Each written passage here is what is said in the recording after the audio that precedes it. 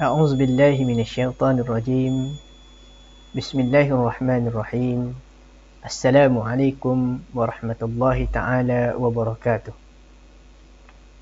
إن الحمد لله نستعين ونستهدين ونستغفره ونعوذ بالله من شرور أنفسنا ومن سيئات أعمالنا من يهده الله فلا مضل له فلن تجد له وليا مرشدا أشهد ونشهد أن لا إله إلا الله وأن سيدنا محمدا عبده ورسوله وقال رب اشرح لي صدري ويسر لي أمري واحلل عقدة من لساني يفقه قولي ثم أما بعد وقال الله سبحانه وتعالى في كتاب العزيز بعد أعوذ بالله من الشيطان الرجيم بسم الله الرحمن الرحيم والعصر إن الإنسان لفي خسر إلا الذين آمنوا وعملوا الصالحات وتواصوا بالحق وتواصوا بالصبر صدق الله العظيم.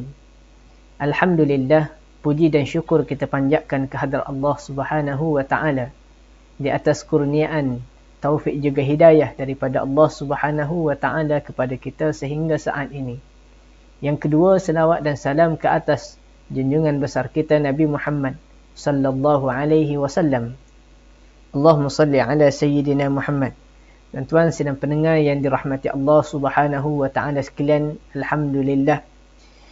Sekali lagi kita bersyukur kehadrat Allah Subhanahu wa taala dengan melafazkan kalimah syukur. Alhamdulillah.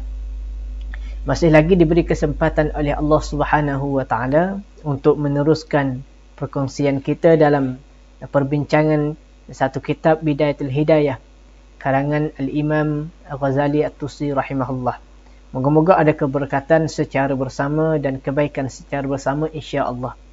Tuan-tuan sedang pendengar yang dirahmati Allah Subhanahu wa taala sekalian, di perbincangan yang lepas sebelum kita masuk dalam bab baru ni, insya-Allah kita imbas kembali apakah yang telah kita bincangkan dalam perjumpaan yang lalu. Perbincangan yang lalu kita telah membincangkan adab berkenaan dengan tidur. Macam mana kaedah tata caranya, apakah bacaannya, apakah yang kita perlu buat setelah mana kita nak tidur, setelah mana kita tidur, bangun daripada tidur, dan kaedah-kaedah nak tidur itu macam mana, bacaan dan semua sekali. Itu perbincangan yang telah kita sebutkan dalam minggu yang lepas. Alhamdulillah, hari ini insya-Allah kita akan masuk pada bab yang agak penting kepada kita selaku hamba Allah Subhanahu wa taala. Bab adabu as-salati, bab pada menyatakan adab mengerjakan solat ataupun mengerjakan sembahyang. Tuan-tuan sedang pendengar yang dirahmati Allah Subhanahu wa taala sekalian, dalam bab ini kita akan menceritakan kaedah ataupun macam manakah nak menunaikan solat mengikut di garis pandu yang telah disebut oleh ulama kepada kita, insya-Allah. Kita mula insya-Allah dalam muka surat 71. A'udzubillahi minasyaitonir rajim. Adabus salati. Fa idza faragta min taharatil hadathi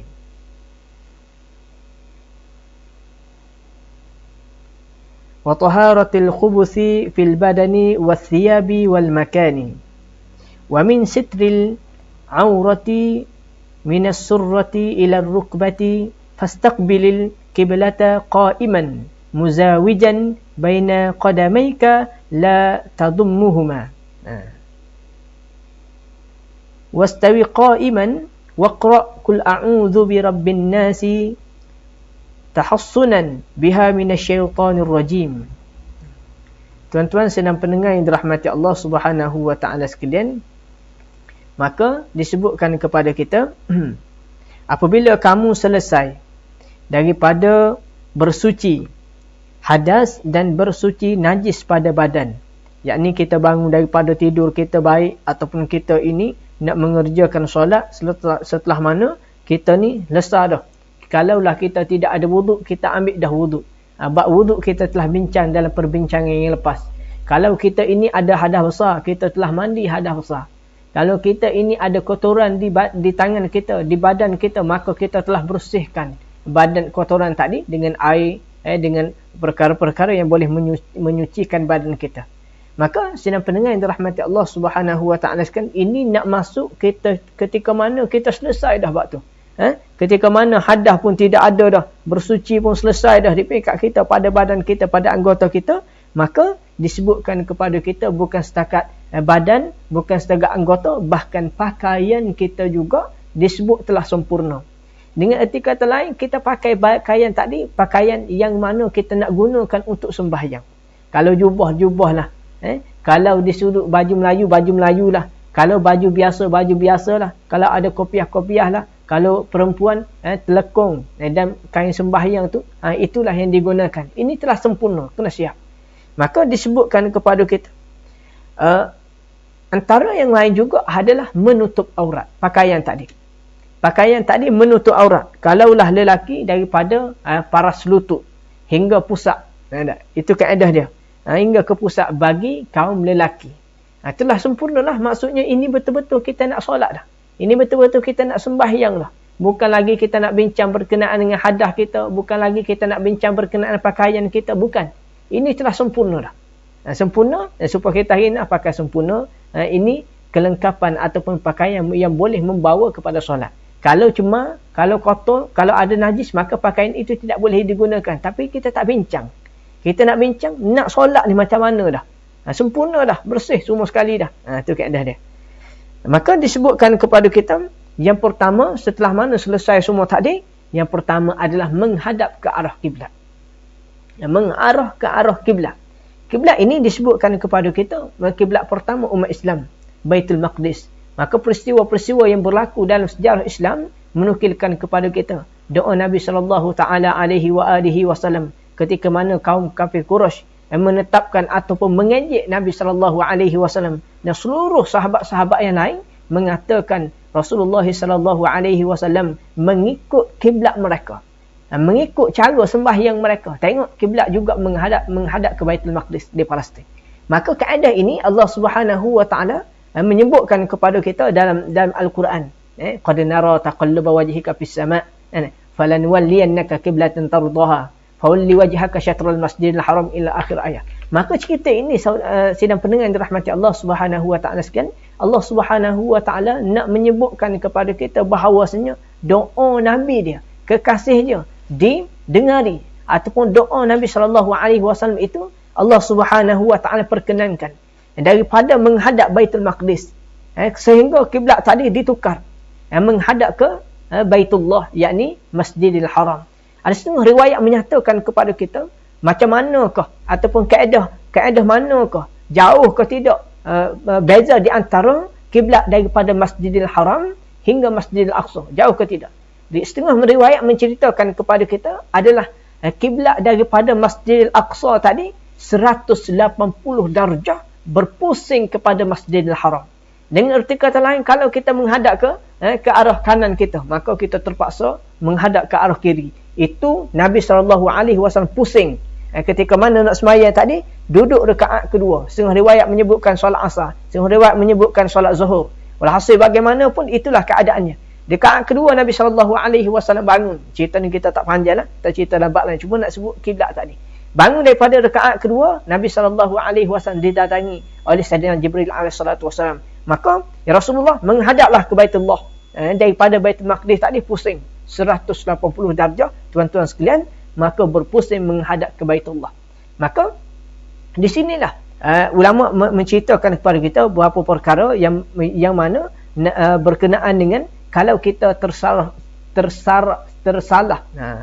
belok pula lidah, tersalah arah kiblat. Kita sembahyang tadi, kita sampai di mana-mana sebagai contoh. Mana ni? Kita bukan kampung kita sebagai contoh, ataupun bukan tempat kita sebagai contoh, mana kita tahu kiblat. Maka kita solat ke arah sini. Ataupun kita tengok ada saudara kita sembahyang menghadap kepada kiblat yang salah. Maka jangan pula kita pergi tepuk dia, berhenti kiblat salah tadi. Maka sukacita kita sebut kepada diajarkan kepada kita, berpusinglah kamu. Kalau dia sembahyang atas sejadah, kita pusing sejadah dia menghadap ke arah kiblat. Sebagai contoh apa dia? Ni ambillah gol ni baru kita ni. Ni kiblat kan. Maka kalaulah kiblat ni nampak ke tidak? Tinggi ni nampak tak? Okay. Kalau kiblat kita ni sembahyang menghadap ke sini, sepatutnya kiblat menghadap ke sini. Maka kita tengok saudara kita tadi sembahyang arah kiblat yang salah. Kita pergi belakang sejadah ni, jangan agak ke depan, nyajak ke dia pula. Nah. Tak ke depan belakang ni, kita pegang ujung sejadah dua ni, kita pusing. Kalau pusing ni, insya-Allah berpusing sekali dengan tapak-tapak dia. Ni, kita tapak kita sini kan. Maka dekat apabila kita pusing, tapak dia pun berpusing ke arah kiblat. Tapi kalau kita tarik di bahagian hadapan ni, belum tentu lagi. Ni, belum tentu lagi dia apa? Dia bergerak tapak dia, sejadah tu geraklah. Dekat kaedah dia. Maka dibolehkan kepada kita untuk membetulkan arah kiblat mereka ataupun seseorang yang mengerjakan sembahyang dan sebagainya. Boleh. Maka disebutkan kepada kita, tuan-tuan senang pendengar yang dirahmati Allah Subhanahu wa taala sekalian, itu mengarah ke arah kiblat tadi. Berpusing. Kalau kita tadi tidak menjejaskan langsung ataupun sedikit saja bezanya. Kita sembahyang sebagai contoh kiblat sini. Maka kiblat sebenarnya sini. Maka dia panggil tidak beza jauh lah kiblat. Maka tidak apa, dimaafkan pada syarak. Tapi jangan sengajalah dimaafkan pada syarak. Terima kasih Ming. Kampung memang clear. Clear semua saya kita ni. Anak Ustaz Tia. Anak Ustaz Tia katanya. Alhamdulillah, terima kasih.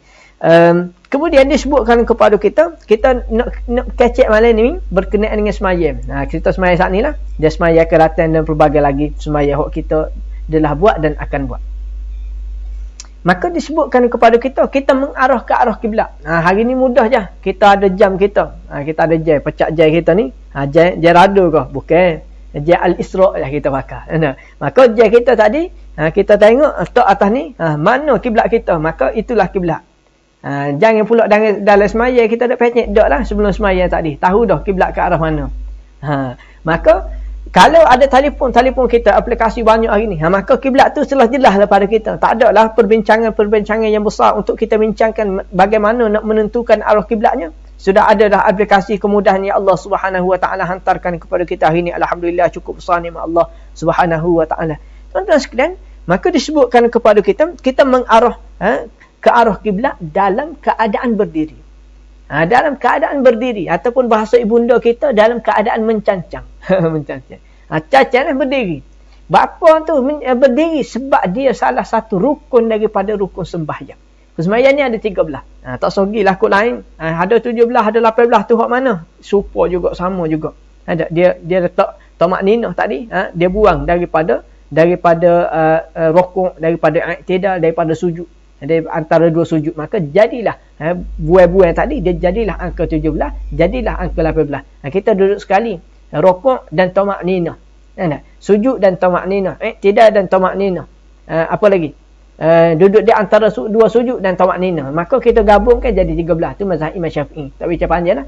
Maka nak sebutnya kepada kita, tuan-tuan senang pendengar yang dirahmati Allah Subhanahu wa taala sekalian, maka kita dalam keadaan berdiri. Berdiri ni, jika kita ini berkemampuan. Jika kita ni cekak, kita ni larap, kita ni memang tidak ada masalah lutut. Dan pelbagai lagi lah, tak sakit kaki. Kita ni beres, sihat anggota badan, tak ada apa-apa. Maka wajib di kalangan kita tadi berdiri. Diri tu cacat lah, diri. Maka disebutkan kepada kita, lagu mana keadaan dia? Merenggangkan kedua-dua kaki. Kaki kita tadi, contoh beginilah kaki kan. Kaki kita tadi kena renggang. Jangan pula kaki kita tu duk takut. Jangan terenggang sangat pula kaki luah begitu. Tak pandai. Maka kaedah yang boleh ditetapkan kepada kita macam mana? Macam nak stabilkan ataupun kaedah yang betul lah, mudah cerita. Maka kita letak keadaannya, kita duduk gini, kita tengok selaras lah dengan bahu kita lebih kurang tu. Selaras dengan bahu kita lebih kurang tu. Maka itu kaedah dia. Jangan luas sangat, jangan sempit sangat, jangan takut begitu. Tu merenggangkan di antara kedua kaki kita. Maka disebutkan kepada kita dalam keadaan bersamaan. Sama kaki kita tak ni. Kalau kita duduk begitu, begitulah. Jangan pula kaki kanan duduk di depan, kaki kiri duduk di belakang. Renggan dah. Renggan dah. Ataupun kaki kiri duduk di depan, kaki kanan duduk belakang. Satu. Ataupun kaki kanan duk rayuk begitu. Ni hak sihat ni, hak tak sihat tu dimaafkan pada syarak, dia selesai dah lah. Kaki kanan duk begini, kaki kiri duk begini, ataupun buka begini. Ni macam-macam biasa ni. Buat saja bersamaan. Sama, atas ni sama, hak depan pun sama, mengarah kiblat belakang jari-jari kita tadi. Kalaulah tapak kaki kita duk begini, maka semua mengarah ke arah kiblat. Ibu jari baik, Jari telunjuk baik, jari kaki lah. Kaki. Tu. Jangan tangan duduk gitu. Ni cerita pasal kaki. Maka tuan-tuan senang pendengar dirahmati Allah Subhanahu wa taala sekalian, maka disebutkan kepada kita, maka lepas mana kita duduk begitu, berdiri dah tegak kita, apa kita panggil bersamaan dah kita tadi, kemudian ada hak kita kena baca.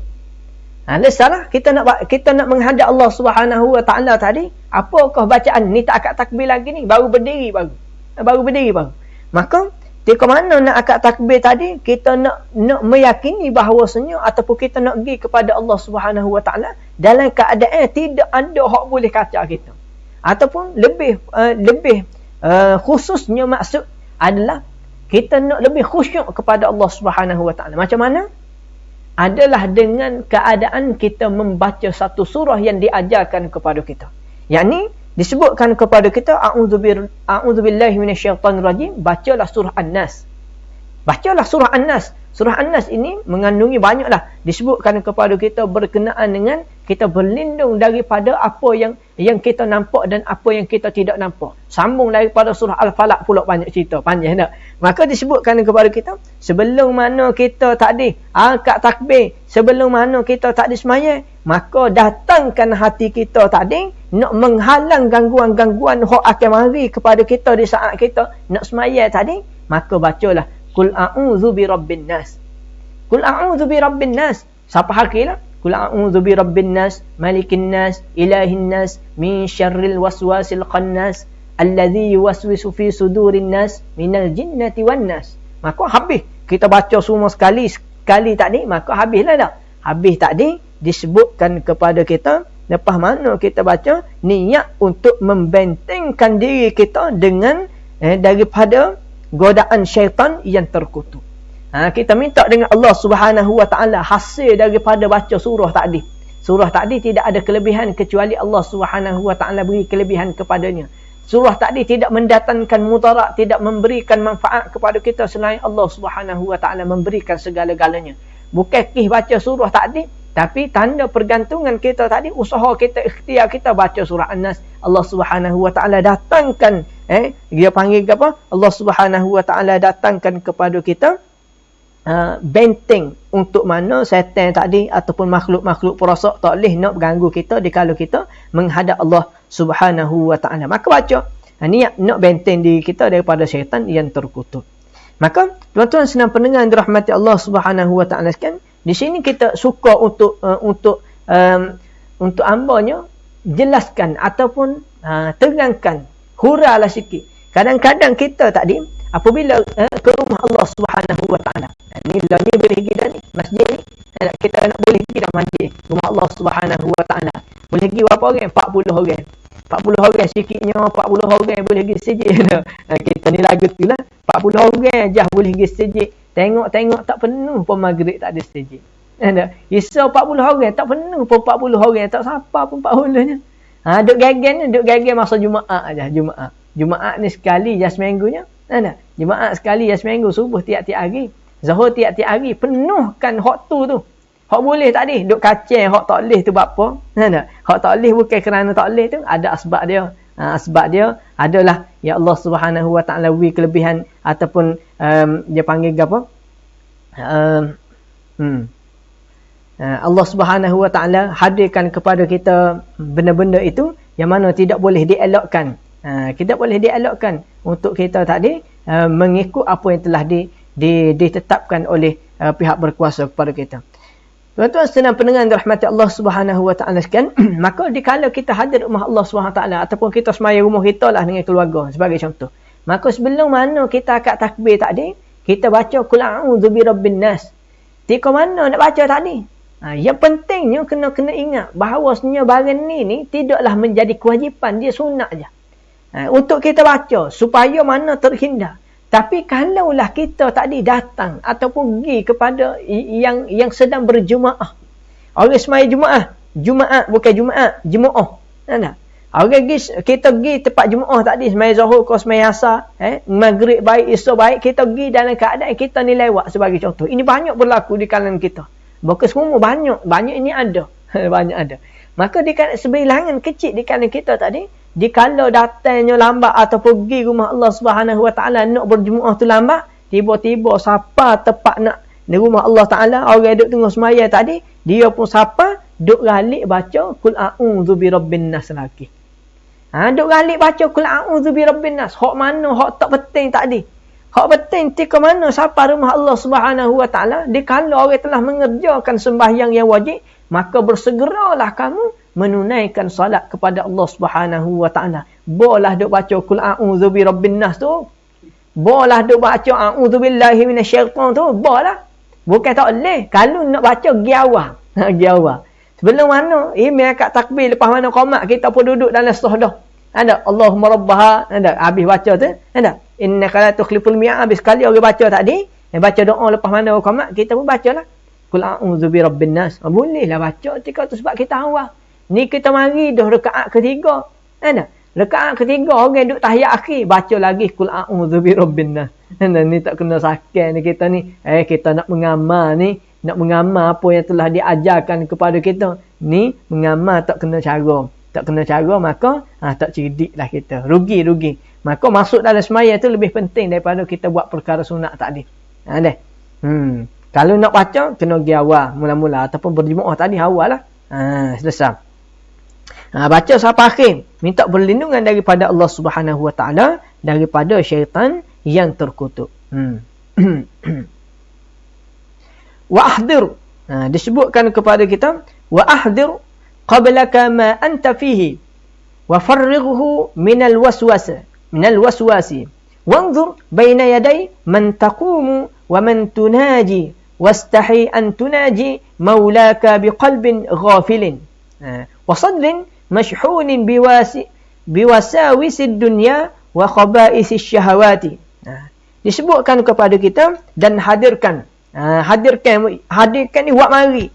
Lepas mana kita baca tadi, minta perlindungan daripada Allah Subhanahu Wa Taala. Buat mari hati kita tadi dengan rasa penuh kekhusyukan kepada Allah Subhanahu Wa Taala. Tarik hati kita, bolah duk ke lainnya. Sebab tu nak sembahyang ni mesti dalam keadaan yang tenang. Kita kadang-kadang lorak, kadang-kadang kita ni gaduh, kadang-kadang kita ni begitu begini, tidak bersedia dengan baik, maka kita ni sembahyang juga teringat dengan benda-benda yang lain. Teringat benda lain. Fitri Ismail jelas. Ni antara murid yang istiqamah juga ni. Alhamdulillah jelas dah. Maka disebutkan kepada kita, lepas mana hadirkan kekhusyukan dalam hati kita, kosongkannya daripada was-was. Was-was ni orang mana? Ni nak sembahyang ni TMA ni sah kodok. TMA ni lagu mana nampak sengit duduk ke depan ni. Lagu mana aku duduk sebelah kawan ni. Ada. Nak kacah duduk batuk-batuk. Ada positif ke COVID-19 ni. Ni was-was lagi ni dah. Hak batuk tak usah pergi awal lah stage tu. Ada. Maka was-was lagi. Mari dalam fikir dia. Tak sedap nak sembahyang, nak koci kereta Ferrari, tak ada duduk mana. Bukan Ferrari, Lamborghini. Maka disebutkan kepada kita masih lagi kita was-was. Dan kita duk fikirkan di hadapan kita ni, kena fikirkan di hadapan siapakah kita sedang berdiri. Ni kalau kita nak sembahyang tadi, hadirkan rasa kekhusyukan, kosongkan daripada was-was, maka kena fikir kita ni nak menghadap Tuhan sekalian alam. Kita nak menghadap ni Tuhan sekalian alam. Tak ada dah Tuhan lain kecuali Allah Subhanahu Wa Taala. Maka nak menghadap tadi dah. Menghadap Allah Subhanahu Wa Taala, kita berdiri ni dengan siapa yang mana kita bermunajat, yakni Allah Subhanahu Wa Taala. Maka kena wa'ai dalam hati kita. Panggil hati kita, jangan ikut lain lah. Kita nak menghadap Allah Taala ni, nak munajat kepada Allah Taala ni, magi panggil. Panggil jangan royak kuat-kuat, kejut orang sebelah pula. Kejut orang sebelah, guli batin, gula awal. Ada. Mana tu? Sambung lagi. Dan disebut kepada kita tu, dan malulah sekiranya kamu bermunajat dengan Tuhanmu, yakni Allah Subhanahu Wa Taala, dengan hati yang lalai dan dada yang berserabut dengan was-was duniawi dan bisikan syaitan, bisikan syahwat. Maka disebut pada kita ni kena ada rasa malu. Kena ada rasa malu dari diri kita kalau menghadap Allah Subhanahu Wa Taala sembahyang, maksud dia. Nak mayat tadi, nak semayat, nak solat, nak menghadap Allah Subhanahu Wa Taala, masih lagi ada dunia dalam hati kita. Memang tak boleh nak lagi. Masih lagi dunia tadi besar dalam hati kita. Sehingga kita nak semayat, kadang-kadang tak ingat pun kita semayat. Allahu Akbar. Ada gali alah lain kita pergi kok tu pergi kok ni, tak ada apa-apa. Maka disebutkan kepada kita kena rasa malu, kena hadirkan rasa malu tadi supaya mana kita tidak lalai terhadap Allah Subhanahu Wa Taala. Maka kadang-kadang duk serabut, rasa-rasa was-was dalam diri kita nak semayang, semayang sebentar lagi lah. Dululah semayang ni. Nak akad takbir dah tu padahal tu. Dah lagi. Ada rata mesej pula WhatsApp ni. Tengok WhatsApp dululah. Padahal beres belakang dah atas tikas sejadah dah kita ni. Hak muda pula telefon. Nanti dulu jawab dulu. Tak cara kepada Allah Subhanahu Wa Taala. Ni pergi kepada bisikan syahwat ataupun bunyi ni getar dalam poket kita gigi. Sapia ni harta ni. Ala tak pik ke harta mesti. Sebagai contoh, maka duk mikir tadi, kita mikir tadi, dia pergi kepada duniawi waswas tadi, bisikan syaitan. Tu orang ala tak pik tu, harta mesti tu. Orang neme tu tengok atas, ada dia tu tengok semua kelas demo tu sebagai contoh. Maka benda tadi kena rasa malu kalau mari dalam diri kita. Sambung lagi. Wa'lam. Dan ketahuilah annahu ta'ala mutalli'un ala sariratika wa nazirun ila qalbika. Fa innama yataqabbalu Allahu min salatika biqadri khushu'ika wa khudu'ika wa tawadu'ika wa tadarru'ika. Wa'budhu fi salatika ka'annaka tarahu fa illam takun tarahu fa innahu yaraka. Ni seperti mana hadis hok mana kita duk baca sekali-kala kan. Dan ketahuilah olehmu bahawasanya Allah Subhanahu Wa Taala mengetahui segala isi hatimu dan melihat ke dalam hatimu. Kita kena tahu. Kena buat mari dalam hati kita, kena keyakinan dalam hati kita, kena tahu. Merayak kepada hati kita, Allah Subhanahu Wa Taala tahu. Hak dudukmu nak fikir dalam hatimu tu Tuhan tahu dah. Hak kita nak berayak lepas pada ni Tuhan tahu dah. Hak kita duk berasa Tuhan tahu dah. Buka lepas tu kita tutup, tak apa live ni tak ada masalah. Kita lagi pergi makan nasi. Bagi contoh. Contoh saja dah. Maka Tuhan tahu isi hati kita dan melihat ke dalam hati kita. Semua ni Tuhan tahu berlaku. Tak boleh susuk sikit hambuk. Tu nak sebutnya Allah Subhanahu Wa Taala Maha mengetahui. Hanya sahaja Allah Subhanahu Wa Taala menerima solatmu menurut kadar kekhusyukanmu, khudukmu, tawadukmu dan tadarrukmu. Sebutnya kepada kita, ni kaedah lagu mana Allah Subhanahu Wa Taala menentukan dia ni semaya dia diterima ke tidak oleh Allah Subhanahu Wa Taala. Sebab tu ada perbincangan yang sangat panjang lebar ataupun perbincangan yang serius berkenaan dengan ada orang menunaikan ibadah solat kepada Allah Subhanahu Wa Taala, sedangkan perbuatan-perbuatan mungkar, perbuatan-perbuatan maksiat juga dia tidak boleh tinggalkan. Perbuatan yang buruk tadi masih lagi dikerjakan. Kenapakah? Saya semayat dah ustaz. Saya ni berzikir ustaz. Tiba-tiba mencuri lagi. Tiba-tiba berbohong lagi. Tiba-tiba menipu lagi. Tiba-tiba itu, tiba-tiba ini. Masih lagi berbuat maksiat pada Allah Ta'ala. Kena cek balik. Syarat penerimaan ibadah solat tadi, Allah Subhanahu Wa Ta'ala disebut oleh pengarang kepada kita adalah yang pertamanya kadar khusyuk kita terhadap Allah Subhanahu Wa Taala. Adakah kita sembahyang ni benar-benar khusyuk kepada Allah Subhanahu Wa Taala? Mestilah ada gangguan-gangguan sikit yang mana menyebabkan kita tidak khusyuk. Ada cerita yang menarik berkenaan dengan khusyuk ni. InsyaAllah kita cerita lain kali berkenaan dengan Sayyidina Ali karramallahu wajhah. Maka khuduknya, tawaddu'mu kita dengan Allah Subhanahu Wa Taala dan tadarrukmu ini, empat perkara ini disebutkan kepada kita Allah Ta'ala melihat keadaan semaya kita tadi, maka qadar-qadar ni lah diterima oleh Allah Subhanahu Wa Ta'ala. Tapi kalau tak marilah tawaduk kita terhadap Allah Ta'ala, kita tak berasa tak semaya pun tidak apa, kawan ni ketua negara, pimpinan negara, Perdana Menteri 2 kali dah kawan ni. Ada sebagai contoh dah. Ini hak berlaku di Afghanistan. Maka tuan-tuan senang pendengar dirahmati Allah Subhanahu Wa Ta'ala sekalian, oleh itu sembahlah dia di dalam salatmu seakan-akan kamu melihatnya. Ni nak suruh mana kita tahu, kita sedar. Nak suruh mana kita tahu, kita sedar bahawasanya semaya tadi Allah Subhanahu Wa Ta'ala tengok kita. Memang Tuhan tengok. Tuhan tengok. Lagu mana pun Allah Subhanahu Wa Taala tengok perbuatan kita. Tak usah duk using lah. Tak ada orang tengok ni kawan semaya sunat ni. Tak usah semaya lah. Ada. Tak ada orang tengok pun kawan semaya berjemaah ni. Buat ala qadar sudahlah. Baca qul huwallah sudahlah. Ada. Mana boleh lagu tu. Maka kena tengok, kena tahulah. Allah Subhanahu Wa Taala, kita kena buat mari dalam diri kita, Tuhan sedang tengok kita. Mu kena buat mari seolah-olah mu nampak Tuhan duk tengok mu. Tuhan tengok dia kita ni diperhati. Apabila orang perhati kita, maka kita buat berjuruh lah. Kita semaya tu dalam keadaan molek lah. Dia kan? Itu keadaan dia. Dan jika kamu tidak dapat melihatnya, tak boleh lah nak suruh nampak Allah Ta'ala. Dan memang kita tak boleh dah tengok Allah Ta'ala. InsyaAllah satu masa nanti, kita akan bertemu Allah Subhanahu Wa Ta'ala. Kita akan boleh melihat Allah Subhanahu Wa Ta'ala. Orang-orang yang mana beriman kepada Allah Ta'ala di akhirat nanti, masuk syurga dia boleh melihat wajah Allah Subhanahu Wa Ta'ala, insyaAllah. Kita semua tergolong di kalangan hamba Allah Subhanahu Wa Ta'ala yang mana boleh masuk syurga Allah Ta'ala dan juga boleh melihat Allah Subhanahu Wa Ta'ala. Allahu Akbar. Maka ni seolah-olah dan kita ni tidak dapat melihat Allah Subhanahu Wa Ta'ala. Kalau kodok kalau kami tak boleh dah, tidak dapat.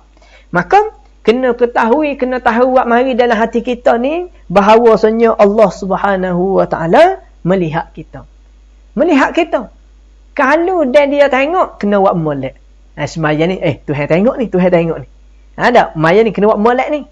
Lagu mana kaedah dia? Disebutkan kepada kita, fa in lam takun tarahu fa innahu yaraka. Kalau mu tak mampu nak tengok dia, ketahuilah bahawasanya dia sedang tengok kamu. Ada kaedah dia begitu dah. Tuan-tuan sedang pendengar dirahmati Allah Subhanahu Wa Ta'ala sekalian, hamba Allah ni sedang live. Ni live ni, dia duk tengok kan? Kau tak live lagi ni? Tak live, tak tengok tu. Kita ni sedang live. Apabila duduk dalam live ini, sehabis mungkin kita buatnya sehabis baik. Tidak begitu? Kita ni sehabis mungkin buat sehabis baik. Tak buat perkara-perkara yang mana orang tengok tu menampakkan kita tadi tidak cerdik. Menampakkan kita tadi tidak comel. Kita buat semasa live ini, semasa kita buat siaran langsung ini on air. Ada bahasa dia. Maka kita buat sehabis baik. Sehabis baik ni lagu mana? Tak kecek barang hak mengarut-mengarut. Tak kecek barang hak salah. Kita kecek berdasarkan gapo hak betul. Supaya apa? Supaya mana orang hak tengok kita. Tuan-tuan sekalian duk tengok hamba ni, duk tengok rupa-rupanya molek ni. Bukan nak sebut hamba ni molek, hamba kecek barang molek supaya mana orang tengok hamba molek. Itu kaedahnya nak sebutnya di kita dengan Allah Subhanahu Wa Ta'ala. Nak buat atas muka dunia tak boleh, nak buat benda hak tak molek. Pasal apa? Tuhan duk tengok kita. Kita masuk satu bangunan, satu tempat. Paling ke atas ada, dia panggil apa tu? Dia panggil apa tu? CCTV. Mujur ada pembantu. Cari, tak temu cari. Kita masuk kedai, kita masuk masjid, tengok ada CCTV. Situ ada, sini ada, situ ada. Adakah kita masuk tempat hak ada CCTV tadi, kita buat perangai hak tak molek? Kita ambil hak orang, ambil comel pen ni kalau puak masuk dalam poket kita. Ni baru beli comel tak guna lagi, puak buah lebih kita. Adakah kita begitu? Nescaya tidak akan ada orang buat begitu. Pasal apa? Berigak ada CCTV. Lepas tu ada ni, tak boleh curi ni kalau setahun ni. Tak boleh buat kenak ni, orang tahu. Maka kaedah tu juga kita kena gambarkan dalam kehidupan kita. Tuhan ni, yakni Allah Subhanahu Wa Ta'ala ada. Mana dia? Ada belakang. Mu paling kok kanan ada, paling kok kiri ada, kok belakang depan ada belakang. Maka ketahuilah olehmu bahawasanya Allah Subhanahu Wa Ta'ala sedang memerhatikan kamu, sedang tengok kamu. Tu diajarnya kepada kita kaedah. Kaedah lagu mana kita nak menghadap Allah Subhanahu Wa Ta'ala. Ini tak akan takbir lagi ni. Tak akan takbir lagi. Maka kita keadaan begitu, buatlah. Buat supaya mana kita tahu kita semaya tadi menghadap Allah Subhanahu Wa Ta'ala. Sama sebelah tu 72. Fa illam, kalau tak boleh. Ni tak boleh lagi, tak boleh nak buat lagu tu. Tak hadir juga elok. Fa illam yahdur qalbuka wa lam taskun jawarihuka liqusuri ma'rifatika bi jalalillahi ta'ala faqaddir anna rajulan salihan min wujuhi ahli baitika yanzuru ilaika liya'lama kaifa salatuka fa inda dhalika yahduru qalbuka wa taskunu jawarihuka. Sidang pendengar dirahmati Allah Subhanahu wa taala sekalian, apabila hatimu masih lagi tidak mahu hadir, tak mari juga, buat begitu pun tak mari juga, bahawasanya Allah Subhanahu wa taala sedang tengok kita, tak mari. Pesen kita lagu tu kan. Dan anggota kita masih tidak tenang. Anggota kita tak tenang lagu mana. Mata tengok alah kanan, mata tengok alah kiri. Comelnya kalau boleh buat live ni mengadap kok tu. Boleh buat video mengadap kok tu pasal apa, comel. Ada contoh-contoh. Maka hati kita tak tenang, mata kita juga tidak tenteram. Mata kita juga masih tidak tenang. Duk paling lillah, comel masjid ni. Buat ngegapo. Tu kaedah dia. Kita nak semaya. Warna sejadah beli pak sirat. Siapa punya kerja ni? Anak hak mana duk main sejadah ni sebagai contoh. Tu anggota kita tidak tenteram. Masih lagi tidak tenteram. Nak semaya tapi duk rasa tak sedap bau gapo ni. Begar rupanya. Contoh-contoh. Maka kita tadi rasa tidak tenteram. Lagu mana kau? Kita makan tu. Kerana kekurangan makrifatmu terhadap kebesaran dan keagungan Allah Subhanahu wa taala. Rasa tak tenteram tadi memang makrifat kita tadi, kita ni tak boleh. Kita kurang makrifat kita terhadap keagungan Allah Subhanahu wa taala. Maka tu kena akuilah. Kalau kita duk berasa hak hamba sebut tadi, duk berasa hak hamba sebut tadi, kena pada diri kita, maka ini termasuk juga yang disebutkan oleh pengarang kepada kita. Maka kena baiklah. Maka cubalah kamu bayangkan. Maka jika berlaku demikian rupa, cuba bayangkan. Nak bayang gapo ni lah.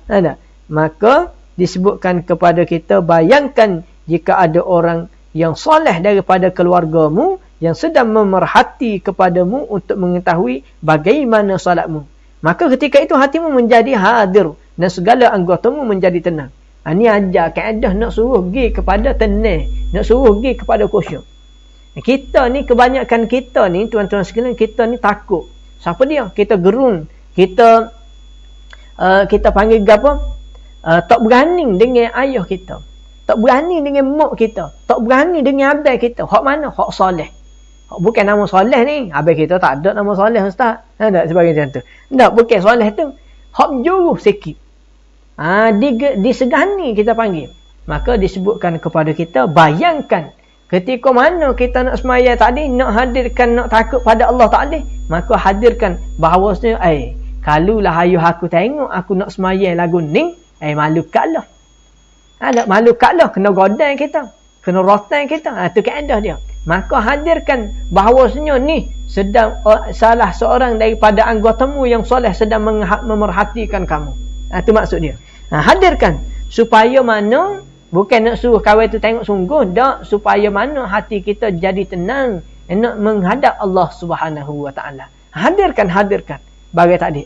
Kalulah abang aku tengok. Kalulah ayah aku tengok. Kalulah mak aku tengok. Ikutlah siapa-siapa sekalipun tengok. Dan kat begitu. Maka kita pun hadir diri kita tadi. Menghadap Allah Subhanahu wa ta'ala. Tenang kita.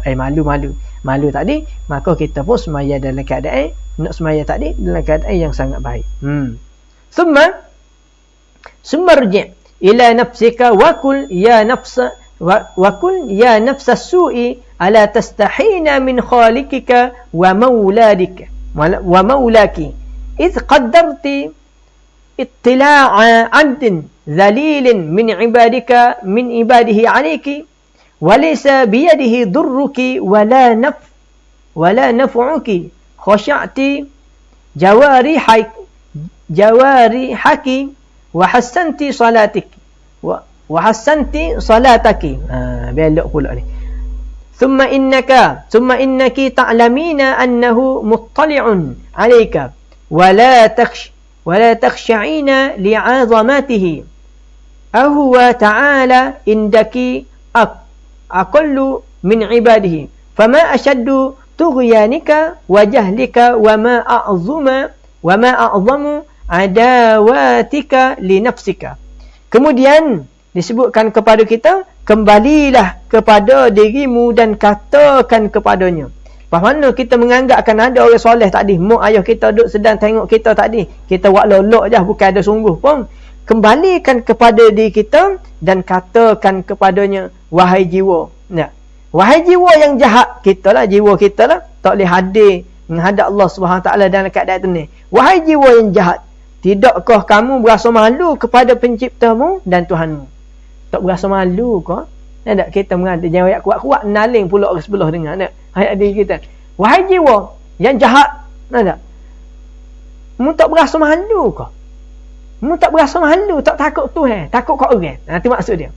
Orang perhati baru mu takut nak buat molek. Tak? Tika tak ada orang, gapo tak buat atas muka dunia. Tak? Belakang depan Tuhan tu Allahu Akbar, puji kecek baik semua sekali. Tiba-tiba belakang tak ada balik rumah je, tak ada apa-apa kata tu.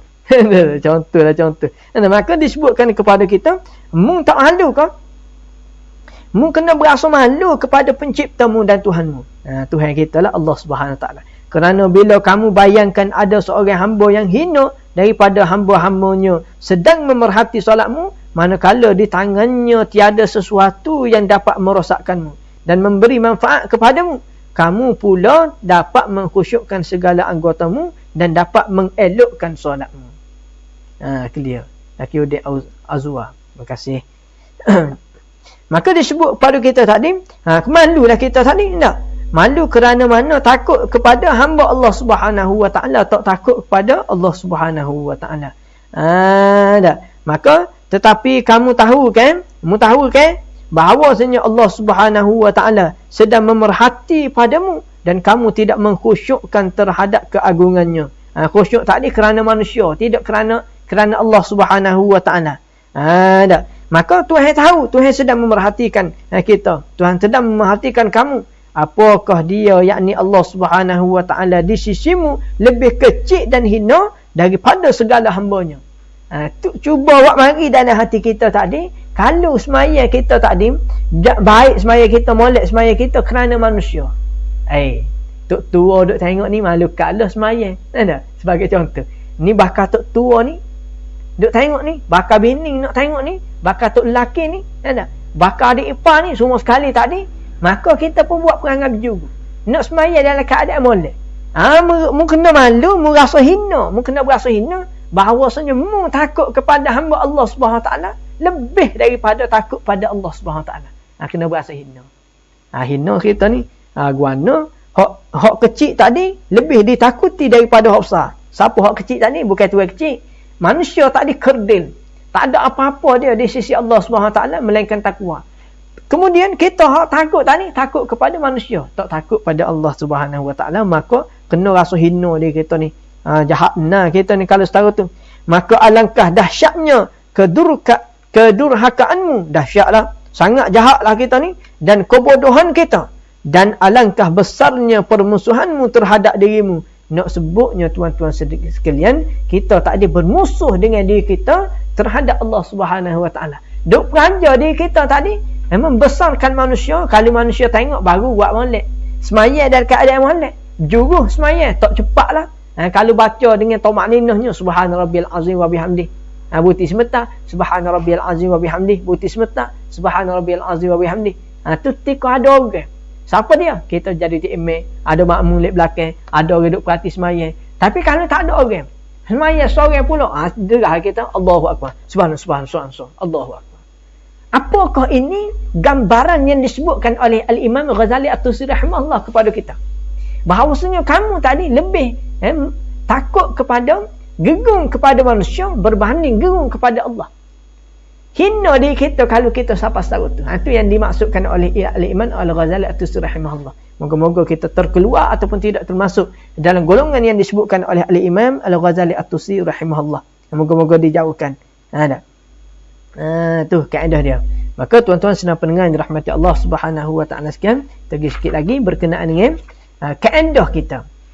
Wa alij qalbaka bi hadhihi al hiya li fa'asa an yahdura ma'aka fi salatika fa innahu laysa laka min salatika illa ma aqalta minha wa amma ma ataita ma'al ghaflati was-sahwi fa huwa ila istighfari wastakfiri ahwaju.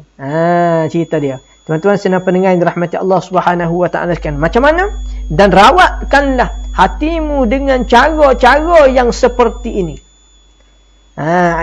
Ada di kita tadi. Rawatlah. Rawat ni kalau kita demam kita makan ubat.